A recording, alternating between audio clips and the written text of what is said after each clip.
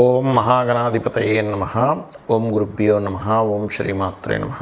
పరమేశ్వర స్వరూపమైనటువంటి జ్యోతిష, వాస్తు మరియు ఇతర అనేకమైనటువంటి శాస్త్రములను మనకు అందించినటువంటి మహర్షులకి నమస్కారం. హయగ్రీవ హయగ్రీవ హయగ్రీవేతి యో వదేత్ తస్య నిస్సరతే వాణీ జహ్నుకన్యా ప్రవాహవత్. అరుణాం కరుణాతరంగితాక్షీం ధృతపాశాంకుశపుష్పబాణచాపాం అనిమాదిభిరావృతాం మయూకైః అహమిత్యేవ విభావయే భవానీం. శ్రీమాత్రే నమః.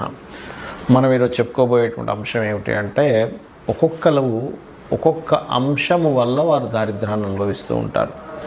అందులో 12 లగ్నాల వారికి, ఒకవేళ లగ్నం తెలిస్తే లగ్నం నుంచి ఫాలో అవ్వండి, లేనట్లయితే 12 రాసులు తీసుకోండి. లగ్నం తెలియదండి, కొంతమందికి టైమ్ ఆఫ్ బర్త్ నోట్ చేయరు, అలాంటప్పుడు రాసి చూసుకుంటూ ఉంటారు. అటువంటి వారు కూడా ఈ యొక్క అంశంలో, అంటే మీరు ఏ విషయాల జోలికి వెళ్ళడం ద్వారా మీకు దారిద్ర్యం అనేటువంటిది ప్రారంభం అవుతుంది, ఎటువంటి పరిసరాలు మీ చుట్టూ ఉండకూడదు, ఇవి కనుక తెలుసుకోగలిగితే మీకు దారిద్ర్యం అనేటువంటిది మీకు దరిచేరదు. గుర్తుపెట్టుకోండి. ఇది ఒక్కొక్క లగ్నరీత్యా ఉంటుంది, దానికి మంత్రం కూడా ఏం చేసుకోవాలనేటువంటిది ఉంది. ముఖ్యంగా లగ్నము రాసి ఏమీ తెలియని వాళ్ళు కూడా ఏ మంత్రం చేసుకోవాలో కూడా చెప్తాను, దారిద్ర్యం దగ్గరికి చేరకుండా ఉండడానికి. కుంభలగ్నము, కుంభరాశి వారు కనుక చూసుకున్నట్లయితే వీరికి దారిద్ర్య సంబంధించినటువంటి విషయాలు వేటి వల్ల వస్తాయి. వేటి వల్ల వస్తాయంటే, ఈ కుజుడు పాత్ర పోషిస్తుంటాడు ఎక్కువగా. కుజుడి యొక్క పాత్ర ఎక్కువగా ఉంటుంది కుంభం వారికి. బుధుడు యొక్క పాత్ర కూడా ఎక్కువగా ఉంటుంది. అంటే ఏమిటి, కమ్యూనికేట్ చేసేటప్పుడు కాస్త అగ్రెసివ్గా మాట్లాడడం వల్ల కానీ, అగ్రెసివ్గా వెళ్ళడం వల్ల కానీ వీరికి దారిద్ర్యం వస్తుంది. గుర్తుపెట్టుకోండి. అలాగే చేస్తున్నటువంటి వీళ్ళ అగ్రెసివ్ నేచర్ వల్ల చేస్తున్న ఉద్యోగము, చేస్తున్న వ్యాపారంలోనూ దెబ్బపడుతుంది. అందుకని ఈ యొక్క విషయాలు చాలా జాగ్రత్తగా ఉండాలి. అలాగే అంటే ఆత్మాభిమానం అనేటువంటిది ఉండాలి, మనిషికి ఉండకూడదని కదా, కాస్త ఎక్కువగా ఉంటుంది కుంభలగ్నం వారికి, లగ్నం వారి, కుంభరాశి వారికి. కాబట్టి ఈ కుంభానికి మరియు సింహానికి ఉన్న ఇదేమిటంటే, పర్టికులర్గా వీళ్ళకి కెరియర్ రిలేటెడ్ సంబంధించినటువంటిది ఇంకా కరెక్ట్గా సెట్ అవ్వలేదు అనేటువంటి బాధ వీళ్ళని ఎప్పుడు తినేస్తూ ఉంటుంది. సింహలగ్నానికి ఒకటి, కుంభలగ్నానికి ఒకటి. ఎందుకంటే వీళ్ళ లైఫ్లో ఏదైతే పోరాటం ఉంటుందో చూడండి, ఒక్కొక్క వ్యక్తి ఒక్కో దానికోసం పోరాడుతూ ఉంటాడు. అంటే అలా ఒక వ్యక్తి చిన్నప్పుడు చదువులో ఇబ్బంది అవుతూ పోరాటం ఉంటుంది, లేదా కొంతమందికి సెటిల్మెంట్ అవ్వడంలో పోరాటం, లేకపోతే ఒక వ్యక్తిని ఎవరైనా ప్రేమించి ఆ వ్యక్తిని దక్కించుకునేటువంటి దీంట్లోనే పోరాటం, లేకపోతే పెళ్ళి అయిపోయి వివాహమైనటువంటి భార్య కావచ్చు, భర్త కావచ్చు, వాళ్ళని కాపాడుకునే దాంట్లో, లేదా పిల్లల్ని కాపాడుకునే దాంట్లో, ఉద్యోగం కాపాడుకునే దాంట్లో వీళ్ళకి ఏమవుతుందంటే, కెరియర్ రిలేటెడ్ సంబంధించినటువంటిది నాకు సెట్ అవ్వకపోవడం వల్ల ఇంకా నేను ఇబ్బంది పడుతున్నాను అనేది వీళ్ళకి బాగా ఉంటుంది కుంభం వారికి. అందుకని ఈ కెరియర్ రిలేటెడ్ ఇష్యూస్ క్లియర్ అవ్వాలంటే మొట్టమొదటిగా మీరు చేయాల్సింది సుబ్రహ్మణ్యేశ్వర స్వామి ఆరాధన, లేదా నరసింహస్వామి యొక్క ఆరాధన. గుర్తుపెట్టుకోండి. అంటే ఇక్కడ రాంగ్ స్టెప్ వేస్తారు వీళ్ళు, కుంభం వాళ్ళు కూడా. అంటే ఒక కెరియర్లోకి వెళ్ళాల్సింది ఇంకోటి తీసుకోవడం. ఒక రకంగా మీరు మీ యొక్క కెరీర్ని డెవలప్ చేసుకోవడానికి తీసుకోవాల్సిన స్టెప్స్ అలా కాకుండా ఇంకో రకంగా ప్లాన్ చేసుకోవడం. ఆవేశంలో ఏదో ఒక కెరీర్ పరంగా ఒక నిర్ణయం తీసుకోవడం, ఆవేశంగా జాబ్ వదిలేయడం. కొన్ని కేసెస్లో అయితే నేను చూసాను, కుంభం సింహలగ్నం వారు మంచి పొజిషన్లో ఉండి కూడా అక్కడ ఆఫీసర్తోనో లేకపోతే ఎవరితోనో ఏదో గొడవ పడి టక్కని కెరీర్ వదిలేయడం జరిగింది. వదిలేసిన తర్వాత వాళ్ళంతా మంచి పొజిషన్లో, సాఫ్ట్వేర్ రంగాల్లో మంచి పొజిషన్లో, ఒక మంత్లీ ఒక 5 lakh 6 lakh శాలరీ వస్తున్న వాళ్ళు వదిలేసి ఆ గొడవ నుంచి బయటకు వచ్చి ఇంకో దానిలో జాయిన్ అవ్వడానికి తక్షణమే వెంటనే దొరక్క, వాళ్ళకి చూస్తే ఈఎంఐస్ పక్కన బోల్డ్ అంత ఈఎంఐస్ ఉండేసరికి ఏదో కాంప్రమైజ్ అయ్యి అప్పటిదాకా 5 లక్షల శాలరీ చేసి ఆ వ్యక్తి నెలకి 3 లక్షల శాలరీకో 2 లక్షల శాలరీకో ఫస్ట్ జాయిన్ అయిపోయి, మరి 5 లక్షల శాలరీ వచ్చినప్పుడు ఈఎంఐస్ ఎక్కువ పెట్టుకుంటాడు మనిషి. ఈ 3 లక్షలు 2 లక్షలు వచ్చేసరికి ఈఎంఐలకి అయిపోతుంది డబ్బులు. కాబట్టి ఏమిటి, కెరియర్ చేసే జాబ్ విషయంలో తొందరపాటు నిర్ణయాలే మీకు దారిద్ర్యానికి ముఖ్యంగా హేతు అవుతుంది. కాబట్టి ఈ యొక్క విషయంలో జాగ్రత్తగా ఉండాలి. అలాగే కొంతమందికి హెడ్ అంటే తీవ్రమైన జ్వరాలు, హెడ్ రిలేటెడ్ సంబంధించిన పెయిన్ రావడము, ఈ కంటికి సంబంధించిన ఇబ్బంది రావడము, లేకపోతే పెయిన్ అంటే ఒక్కోసారి బాడీ పెయిన్స్ వస్తూ ఉంటాయి, వాటి వల్ల కూడా కొంత ఎక్కువగా అనుభవిస్తూ ఉంటారు. మరి ఇవన్నీ రాకుండా ఉండాలంటే ఎక్కువగా నరసింహస్వామి, సుబ్రహ్మణ్యేశ్వర స్వామి ఆరాధన మీకు ఆ దారిద్ర్యం నుంచి బయటపడేస్తుంది. సహజంగా అందరూ నన్ను అడుగుతుంది ఏమిటంటే, ఏమంటే సహజంగా దారిద్ర దేవత రాకుండా ఉండాలంటే ఎటువంటి జాగ్రత్తలు తీసుకోవాలని అడుగుతూ ఉన్నారు. దానికి చెప్తానండి మీకు.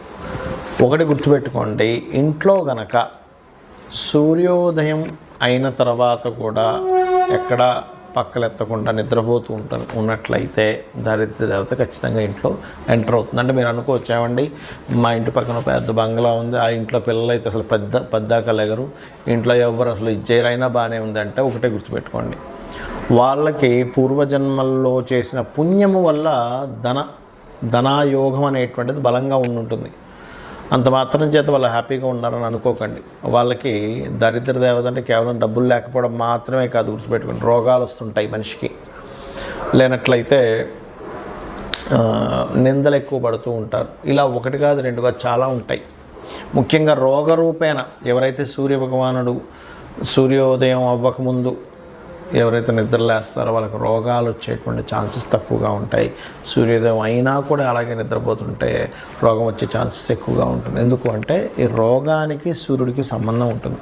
సూర్యుడు వచ్చేసరికి మనం తెలివేసి ఉన్నాము అంటే రోగం రాదండి, గుర్తుపెట్టుకుంది. ఎందుకంటే సహజంగానే సూర్యభగవానుడు ఆరోగ్య ప్రదాత కాబట్టి, ఆరోగ్యం భాస్కరాదిత్యేది అంటూ ఉంటారు కాబట్టి ఇది ముఖ్యంగా పాటించండి.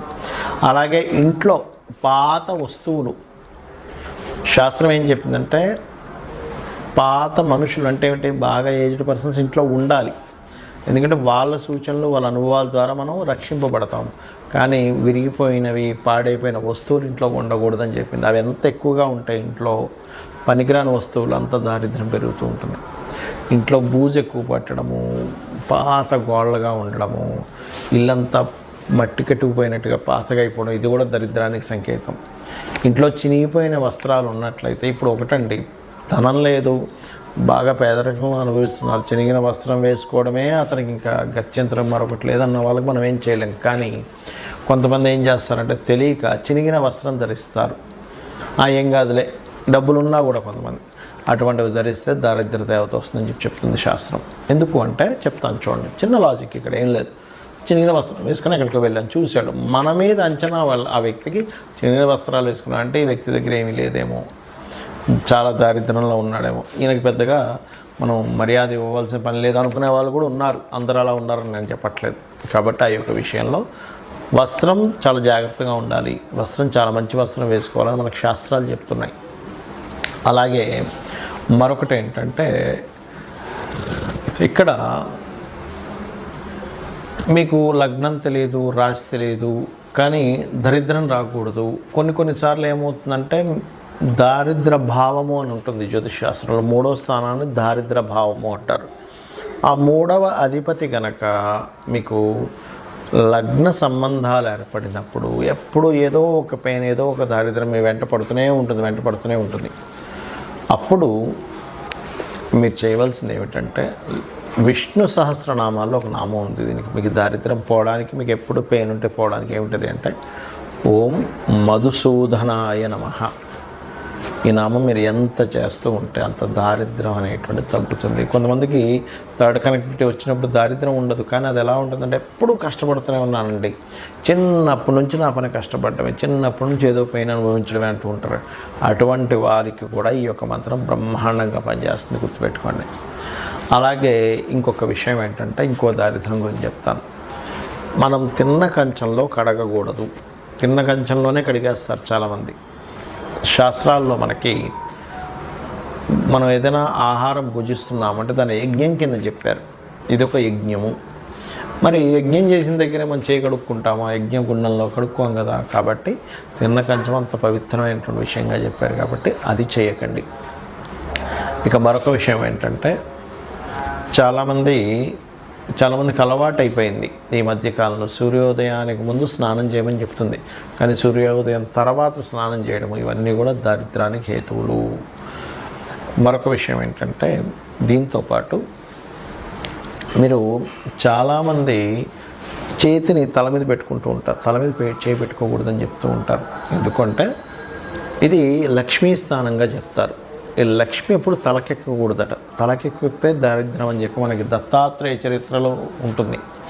ఆ యొక్క అతన్ని చంపడానికి స్వామివారు ఒక ప్రణాళిక వేస్తారు. దత్తాత్రేయుల వారు వేసి అమ్మవారిని తల మీద పెట్టుకునేలా చేస్తారు.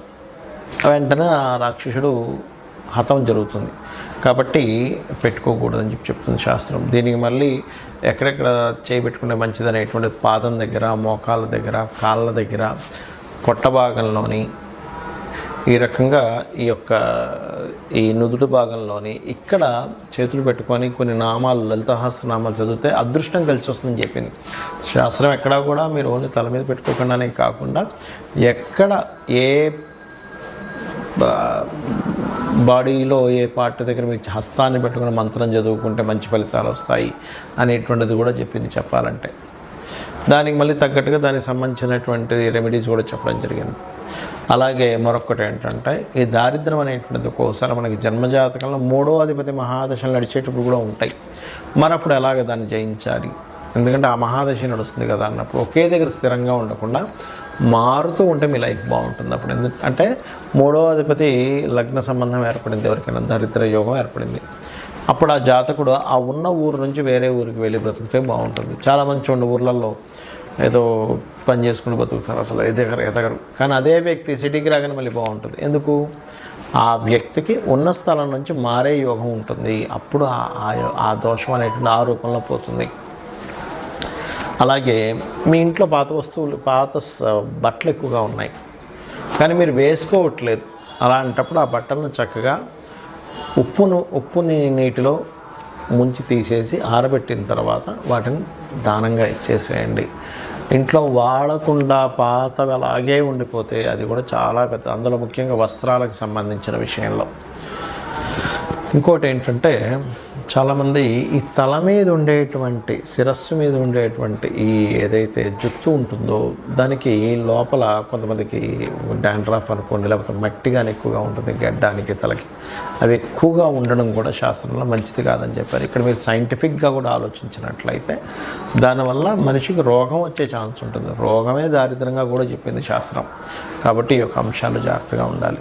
మరొకటి, ఎక్కువ దారిద్రం ఎందుకు వస్తుంది అంటే అన్నదమ్ములతో మీరు సరిగ్గా చేయాల్సిన కమ్యూనికేషన్ సరిగ్గా చేయకపోయినా అనవసరమైన ద్వేషాలు పెంచుకున్న దారిద్రం వస్తుందని చెప్తుంది శాస్త్రం. అంటే అన్నదమ్ములతో, అక్క చెల్లెలతోని చిన్న చిన్న విషయాలు పట్టుకొని వాటిని ద్వేషంగా మార్చుకొని వాటిని మిస్అండర్స్టాండింగ్గా చేసుకుంటే, ఎందుకంటే 3rd హౌస్ ఈజ్ దారిద్ర స్థానం. 3వ స్థానాన్ని దారిద్రము, పరాక్రమము, పౌరుషము, ధైర్యం ఇవన్నీ చెప్పారు. అందులో దారిద్రం కూడా ఉంటుంది. మీరు ఇక్కడ ఎప్పుడైతే మీరు ఇది చేస్తుంటారు అదొకటి. ఇంకా అన్నిటికంటే గొప్ప చెప్తాను చూడండి. మీరు గాసిప్స్ కనుక వాళ్ళు అలాగంట వీళ్ళు ఇలాగంట అని ఎంతైతే మీరు చెప్పుకుని ఉంటారో అదే మెయిన్ ముఖ్యంగా దారిద్రానికి హేతువుగా శాస్త్రాల్లో చెప్పబడింది. దానికి మరి ఏమిటండి పరిష్కారము అంటే మధుకైటబుల వధ అని ఉంటుంది శాస్త్రంలో. మనకి మీరు వినే ఉంటారు, విష్ణువు యొక్క చెవులో నుంచి వస్తారు మధుకైటబులు అని ఇద్దరు. అతను బ్రహ్మని మాతో నువ్వు పోట్లాడు, లేకపోతే నువ్వు మా చేతిలో చచ్చిపోతావు, సంథింగ్ అట్లాంటి భయపెట్టేసరికి ఆ బ్రహ్మ వెళ్ళి విష్ణుమూర్తిని ప్రార్థించడం జరుగుతుంది. అప్పుడు విష్ణుమూర్తి నిద్రలో ఉన్నట్టుగా ఉండగానే ఆ నిద్రకి ఎవరైతే కారకులో ఆ అమ్మవారిని ప్రార్థించడం జరుగుతుంది. అప్పుడు ఆ మధుకైటబులను సంహరించడానికి ఆ యొక్క మహావిష్ణువుని నిద్రలేచి వాళ్ళిద్దరితో యుద్ధం చేస్తాడు. కానీ ఎంత యుద్ధం చేసినా వాళ్ళు చనిపోరు. అప్పుడు వాళ్ళు ఏం చేస్తారంటే కాసేపు రెస్ట్ తీసుకుంటా అన్నప్పుడు ఈ అమ్మవారిని అడుగుతాడు మహావిష్ణువు, తల్లి నేను ఎంత సంహరించినా వీళ్ళు చావట్లేదు, మరి ఎలాగా అంటే ఒక ఉపాయం ఇస్తుంది అమ్మవారు. ఏమిటి ఆ ఉపాయం అంటే, ఇతనే వరం ఇస్తా అంటాడు మధుకైటబులు విష్ణువు. నేను మీతో ఎన్ని సంవత్సరాలు 1000 సంవత్సరాలు యుద్ధం చేసిన అయినా సరే మీరు చాలా బాగా యుద్ధం చేశారు, కాబట్టి నేను మీకు వరం ఇస్తున్నాను తీసుకోండి అంటే, వాళ్ళ మతం ఉంటుంది కదా, ఏంటి నువ్వు మాకు ఇచ్చేది ఏంటి వరం, నేనే మీకు వరం ఇస్తున్నా అంటాడు ఆ మహావిష్ణువుకి వీళ్ళిద్దరు అన్నప్పుడు. అప్పుడు ఆ మహావిష్ణువు ఏం చేస్తారంటే, సరే మీరు మాట తప్పకూడదంటే సరే మాట తప్పమంటారు. మీరిద్దరూ నా చేతిలో చనిపోవాలని మహావిష్ణువు కోరుకుంటాడు. అప్పుడు వాళ్ళు ఏం చేస్తారంటే, ఓహో అలాగా అయితే చనిపోతాం కానీ నీరు లేని ప్రదేశంలో మమ్మల్ని చంపాలి అంటారు. కానీ అది మొత్తం నీరే, నీటి మధ్యలో ఇతను శేషపాను పైన ఉంటూ ఆ యొక్క పద్మం నుంచి వచ్చినటువంటి బ్రహ్మగారిని చంపుదాం అనుకున్నారు కదా వీళ్ళు. సరైనప్పుడు ఏం చేస్తారు, అలాగే అని ఇతని శరీరాన్ని పెద్దగా పెంచి అతని తొడల మీద వేసి ఇతన్ని చంపేస్తారు. ఇది మధుకైటబుల వధ ఎవరైతే వింటారో వాళ్ళకి కూడా దారిద్ర్య నాశనం జరుగుతుంది అని చెప్పి శాస్త్రవచనం. శ్రీమాత్రే నమః.